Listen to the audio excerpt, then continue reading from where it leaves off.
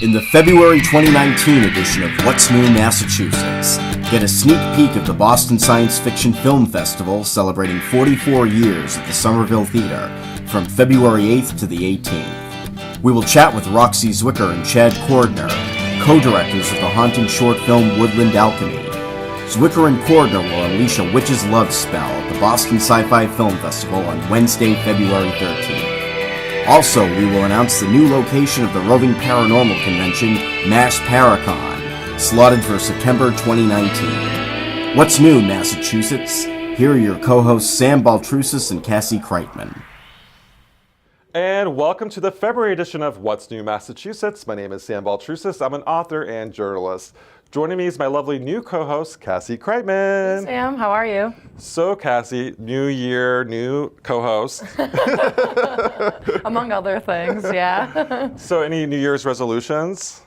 I am just trying to make more time for fun, actually, personally, good. Yeah. Well, we got some fun for you, Cassie. We have the Sci-Fi Film Festival at the Somerville Theatre, February 8th through February 18th. I'm the event manager there, so I'll be working closely with all the celebrities that are coming, and also all the films that are coming into the theater. We have one of the co-directors, so we have Roxie, Zwicker, and Chad Cordner, who made this awesome film called The Woodland Alchemy. Wow, that sounds really cool. I can't wait to talk to them, actually. Do you have any idea what the film's about? I have a little bit of a brief understanding of it, but I'd rather let them tell us about it. So they're actually doing this whole event the day before Valentine's Day, so it's February 13th. It's called A Witch's Love Spell. And they're going to, I guess, apparently do maybe a love spell at the very end of the screening. Oh, wow, some widespread magic. So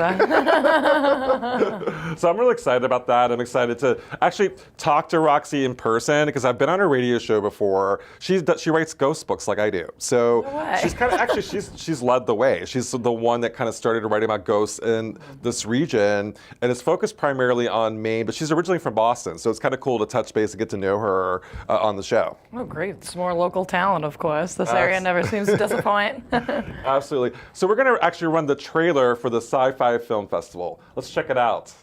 Hello Sci-Fi fans, I'm Peter Stray. I wrote and directed Canaries, which won an award at last year's Sci-Fi Festival and will be released in March under the title Alien Party Crashers. Now, I love time travel, and I've been to the future and, well, don't worry about it. I'm sure it's going to be fine. Anyway, talking of time travel, Boston Sci-Fi asked me to write and direct an original trailer for this year's festival. I hope you enjoy it. It's called Melting Nigel's Mind.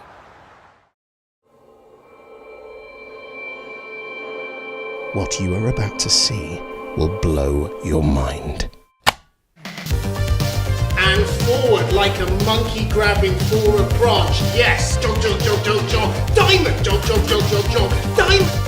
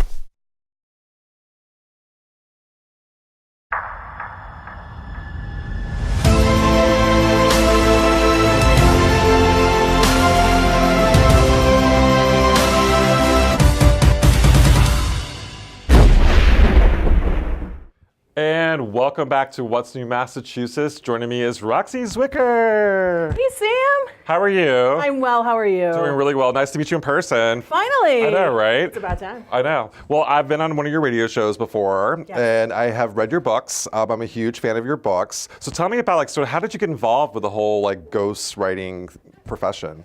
It was a temporary moment of insanity. I've always been a big believer in ghosts. I grew up in Western Massachusetts, and I was always that person that wanted to know a little bit more about the cemetery down the road. And I started by doing tours on a wagon in Carver, Massachusetts, through the woods. And it was just local legends and folklore back in 1994. And I started collecting real stories from people and kind of kept track of them. Started ghost tours in Portsmouth along about 2001 up in Portsmouth, New Hampshire. And about 5 years into it, I was contacted by one of your publishers as well, the History Press, and they said, would you be interested in putting together a book? So with the tours now since 2001, lots of tours, lots of books. We're up to 7 books now. That's awesome. And I remember reading your book on Portsmouth, and actually gave me a lot of tips where to go. Because of course I go to the haunted locations when I'm in Portsmouth. But I love Portsmouth. So how did you get involved with like giving the tours? Like, so the tours came before the books, right? The tours came before the books, and it was really just a part-time job that I took on the side. It was a lot of fun. I worked with a lot of great people. And then when we moved up to the Seacoast along about 2000, it's a funny thing how it happened. Local lighthouse was trying to raise some money to paint it, and I said, you know, would anybody be interested in ghost tours? I'd love to do them and see if people come out and be interested in raising some money. Everybody came out to talk about the haunted building down the road that they had heard about or been in. So I started collecting stories, and the next year I kind of broke away and started my own tours. And the Lighthouse still does their tours, but now I do 7 or 8 different walking tours of Portsmouth and a bunch of trolley tours because there's so many stories. Sam, you must know, once you hear a story, you're going to hear 10 more when you share it. Absolutely. I mean, like that's I actually generate material by giving tours. Yes. And people are like, why do you give ghost tours? I'm like, because I get a lot of material. Like, that's where we get our ghost stories. Absolutely. Everybody has a ghost story that they want to share. Massachusetts, New Hampshire, everybody's heard a tale, and they're like, hey, have you heard? And usually mine are prefaced with, I'm not crazy, but I've got this story. Have you found that? So when I first started writing my books, I felt like that New Englanders were like really tight-lipped about their ghosts. Now they're kind of more open about it. Do you feel like, have you noticed a change? Well, Sam, I think it's because of, in part, you and I, because we're out there and we're bringing it in the public eye and we're writing about it, and people don't feel so isolated when it comes to ghost stories, that it's okay to talk about it. It's okay to ponder what happens when you die, because a lot of people, you know, are afraid to talk about what happens, you know, about ghosts. And I think starting that dialogue, even just sitting here today, somebody's going to watch us and say, you know what, I've got a ghost story too. So you do trolley tours. It kind of gives me like a green light. I'm like, ooh, trolley tours in Boston. Trolley tours. We have the most adorable trolley. It's called Nickelby. It's brass and wood. And we have screens in the trolley, so I get to show you Portsmouth past and then pull you up in front of the place, show you Portsmouth present, and tell you the ghost stories. There's also, it runs out of a shop, right? Deadwick's. Deadwick's, and I've been there, and it's amazing, guys. If you want to go to a shop in Portsmouth, go to Deadwick's. It's like a lot of stuff. What's in the shop? So we have everything from taxidermy to handcrafted Ouija boards to an amazing selection of books. There's an herb room. I do readings upstairs. Lots of locally made artisan gifts that are, you know, a little bit more on the esoteric side. And we're housed in a building from the early 1800s on a little side street. So it's like going a Diagon Alley. That's what I felt like. I felt like I was like going into like Harry Potter land, and I was like, oh look, and I think I forget what I got from I got one of your books. Awesome. Purchased one of your books because they were signed. I'm like, oh my God, Roxie signed the back. Woo-hoo. And then I also got, I think I got do you have still stones there too? We do, lots of crystals. And I got crystals, and I got a protection stone. So Nice. To keep the ghosts away? Keep the ghosts away. Nice. So I got a jet. So that turned into, so you worked on a film, The Woodland Alchemy, and it's going to play at the Sci-Fi Film Festival. So tell me about, how did you get involved with creating this film?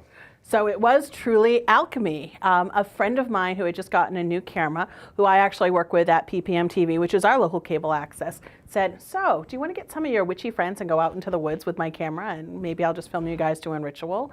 And I'm like, sure. He's like, quick 5-minute piece, no problem. So I did call some of my witchy friends, and I said, so would you be interested in going out to Pawtuckaway State Park for starters? And we went out. It was a beautiful November day, and we all thought about, why would we go to the woods? If you've ever been that person that's been called to the ocean for healing or for some sort of connection, just to feel peace and calm, that's really how the film started. And it really just continued to grow with the addition of an amazing soundtrack that a friend of mine put together, who's a harpist, and she works with another amazing musician. And when we heard the music, we're like, this isn't a 5-minute piece. This is really a film. And I sat down and wrote the script for it. And you follow the journey of 4 people in the woods, even at Deadwicks as well. We filmed a portion at Deadwicks. And it's an interesting way to find yourself through magic. So I watched the trailer and I'm like, I gotta have this at the Sci-Fi Film Festival. That was kind of like it was hard to say, like, convince the executive director that it fits into a sci-fi film festival, but it does though. I mean, there's a science to witchcraft and to pagan beliefs. There's an alchemy to it, and it's taking things that are different, things that you might not expect would go together, and bringing it all together and shape-shifting and making something magical. So there's this really nice spiritual aspect to the film as well. And you go on this journey and you don't know what's going on with these characters, you don't know where they're going to take you, and there definitely is a lot of mystery to it.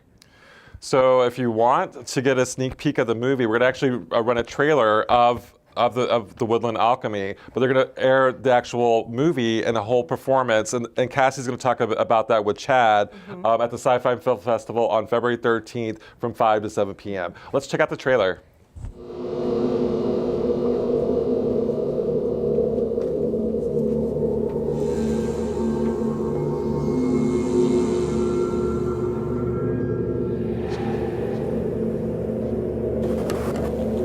Now mystify woodland alchemy, and satisfy these charms. Power of air, charge our spirit as the sunlight warms, calling to those who will willingly join us in this rite. The purity of the light holds me, guides me, and enfolds me. Wellspring of earthly delights, charge me with the strength to face my fears. The sacred flames are kindled as fire springs from fingertips and is brought to the earth. I float weightless like a feather upon the water, calling to those who will willingly join us in this rite. The earth is full of others, beings who think and live much as we do, but exist just outside of our ordinary understanding. The energies grow and radiate as a shift can be felt, as the elemental energies combine and assemble. In dreams and in trance you have seen her. Hearken now, the darkness comes. We remember our fears within the darkness. We come to terms with our shadow, change, and death. The air is stimulated by the rich smell of resins and herbs, whose scent waft up in spirals, creating silent figures in the darkness, moving and shape-shifting as they linger and then lift higher. Wax melts, and the power is sent forth. The scribed words of a secret book spill out through 1,000 voices, by hill and wind, by flame and brook, by leaf and tree, under the stars within the earth. The death we all face, and the shadow shows us the way.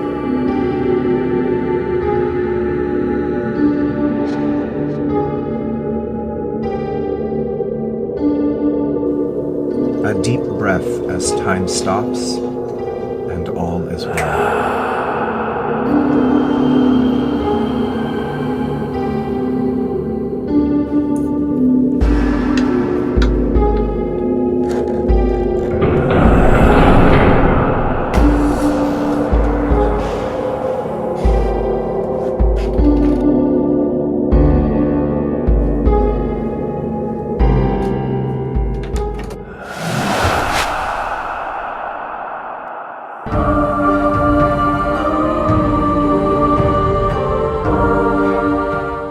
Welcome back to What's New Massachusetts. My name is Dan Baltrusis, and I'm an author and journalist. Joining me is Chad Cordner. He is the co-director of the Woodland Alchemy. Yes. So Chad, tell me, how did you get involved with this film? I actually came to Roxie Zwicker with the idea to go out into the woods and film a 4-minute piece with original music, and just was like, all right, let's go. And she was like, okay, I'll get some of my friends and we'll do something. We went out and we ended up filming probably 30 to 40 minutes of footage. And when I came back, I was like, there's no way it's going to be a 4-minute video. So Jenna Green, who is in the film, she decided to write a song, and the song ended up being 8 minutes. So I was like, okay, we can do an 8-minute video, right?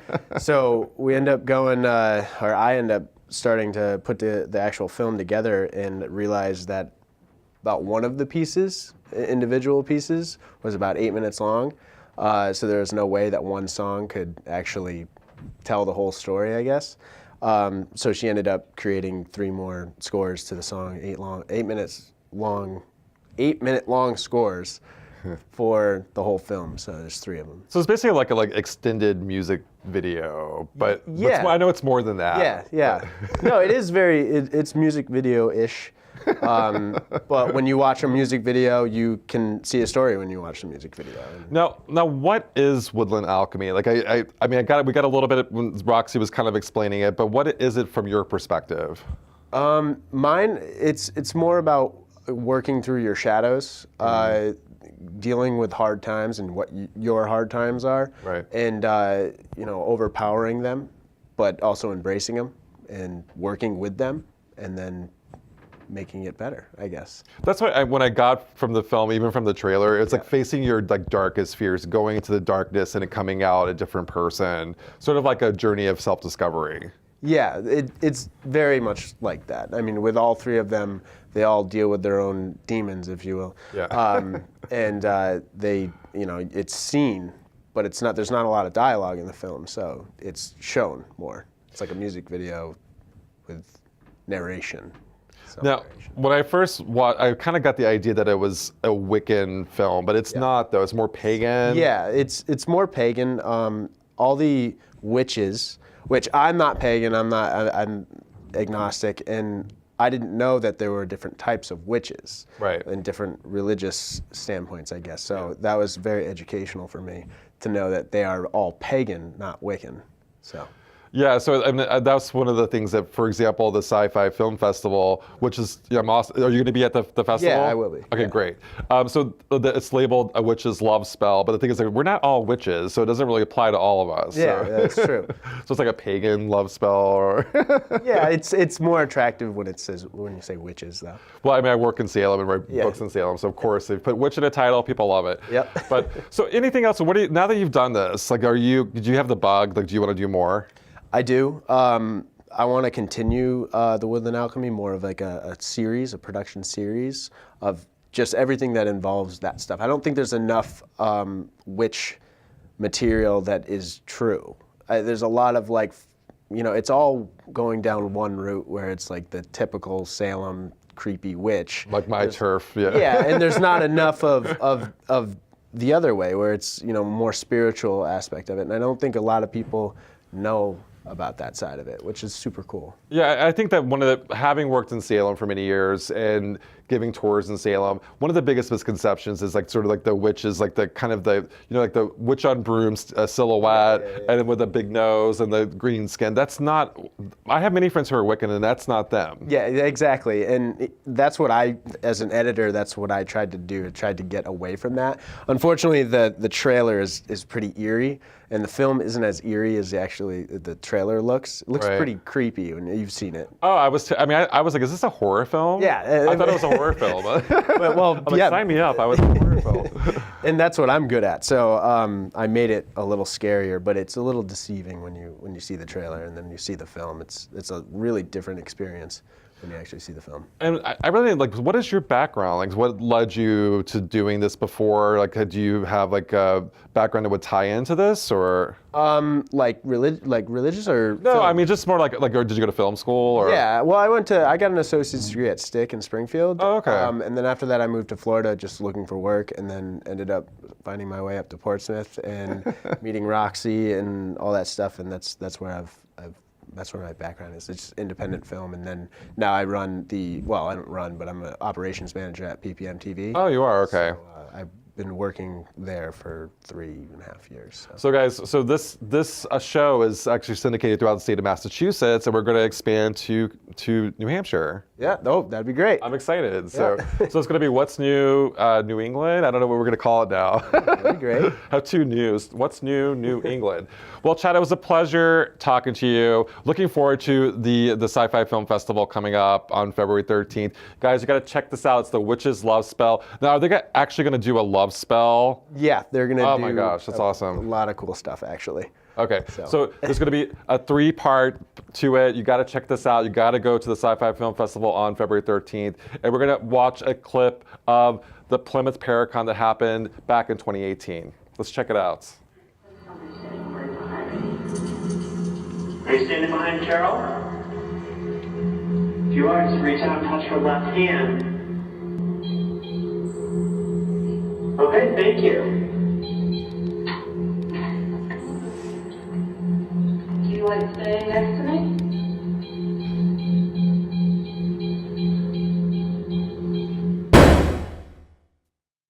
The Plymouth ParaCon is a roving paranormal convention, and the goal really is to showcase Plymouth in all of its glory. It's exciting that we have people who are internationally known for paranormal investigations who will be with us over the weekend. John Zaffis and Doogie and Porter from Haunted Towns. What brings me to Plymouth is the opportunity to investigate, be part of this convention, and talking about being involved with the paranormal for the past 44 years.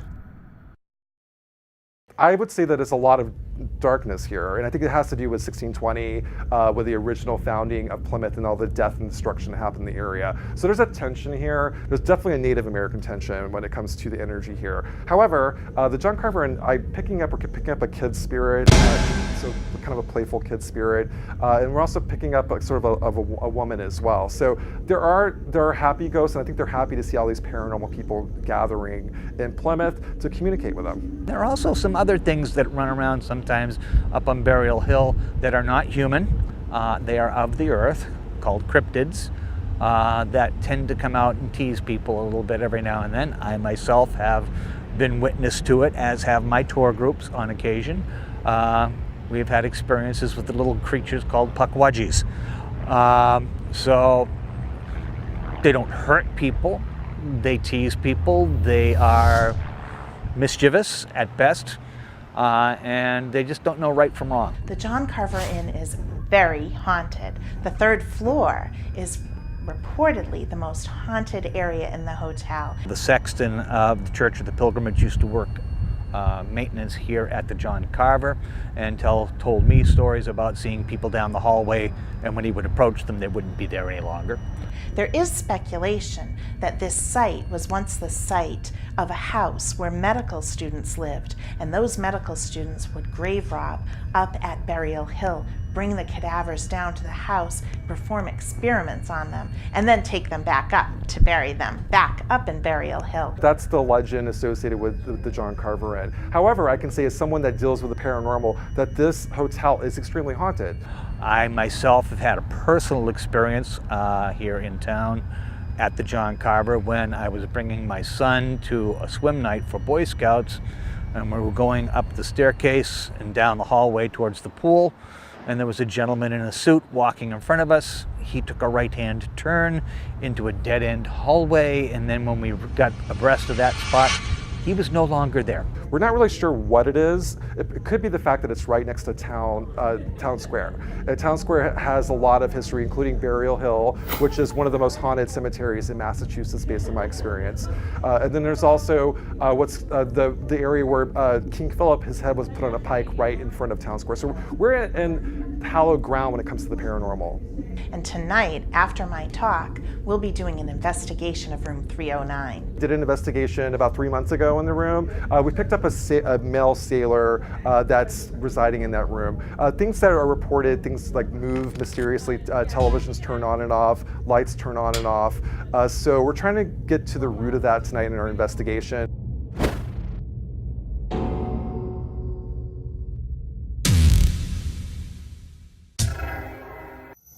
And then Saturday night, we're going to do an investigation at the Church of the Pilgrimage, which may or may not be haunted, but it's in a location that's close to Burial Hill, and there's a lot of hauntings associated with Town Square, so we're hoping that there are ghosts associated with Church of the Pilgrimage. And what I enjoy more than anything is going in for the first time. Now, what's even more exciting to me is I'm bringing a whole group of people. I'll be with people investigating. They're going to experience it at the same time I'm experiencing it. So it's the first time for me, first time for them. And if things can get validated and things occur and things happen, to me, that's a wahoo moment. Why? I don't care about what John Zaffis experiences. I care more about what other people experience because that helps to validate it. I've seen people get scratched, pushed, shoved, seen people levitate, heard people talk in different languages and different voices, know information that they shouldn't know about. There's a lot of things that I've experienced over the course of the years that I can't rule out as just coincidence. Am I expecting paranormal activity up here in Plymouth, Massachusetts? I don't rule anything out. And welcome back to What's New Massachusetts. Cassie, that was a really good show. Absolutely. So what did you learn? I'm really interested in this film. I know. I can't wait to watch it myself and go to the film festival actually now. I'm wicked excited about meeting Roxie Zwicker in person because I've been on a radio show, I've read her books, and now I met her in person. And for us to we kind of have a similar path and similar journey, so it's kind of cool to touch base with her and to kind of connect with her on the show. So we actually saw me meeting kind of someone that I look up to on camera. I know she's the pioneer for the ghostwriters. She really is. She seems like a very interesting. And person. her approach, she said she was she had her wagon and carve her mask. What's interesting is, so we're going to announce where the next ParaCon is going to happen in 2019. Any guesses?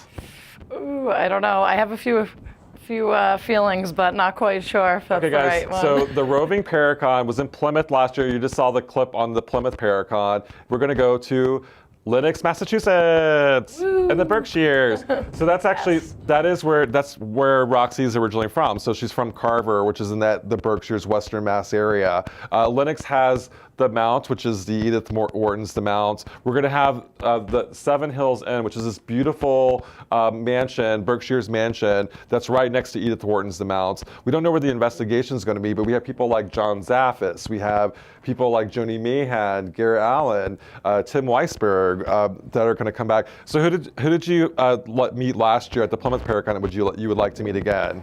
Oh, pretty much everybody I met at the Plymouth Con. Everyone was so interesting and so cool and so personable, especially John Zaffis. He was really nice, yeah. It was really nice. It was just like, meeting another person of the area, like just another local almost. And I found him very familiar talking with him. And Joni Mahan was really sweet. She's an incredible writer, of course, and just very down to earth. I was surprised actually by a lot of the bigger names. What's really cool about the ParaCons that I produce is they're boutique ParaCons. So there's smaller crowds, more intimate. So you get actually up close and personal these people you see on television. Like John Zaffis, he's been on Haunted Collector. He was the star of Haunted Collector. We have people that are stars of television shows that are at this convention, and you can have a conversation with them. And it's because it's that small and that intimate. So check out MassParaCon.com for more information. I'm so excited to go to the Berkshires. We're finally kind of covering that area because I've always said I wanted to cover that part of Massachusetts, and we're actually going to Western Mass. So I'm very excited to be covering more areas. I came back from Lenox this past weekend with my friend Andy, and it was amazing. So excited to bring What's New Massachusetts to Western Massachusetts in 2019. I'm so excited to go. So we're going to run a clip on the Berkshires. Have a great month, everybody. See you next month. Bye. Bye.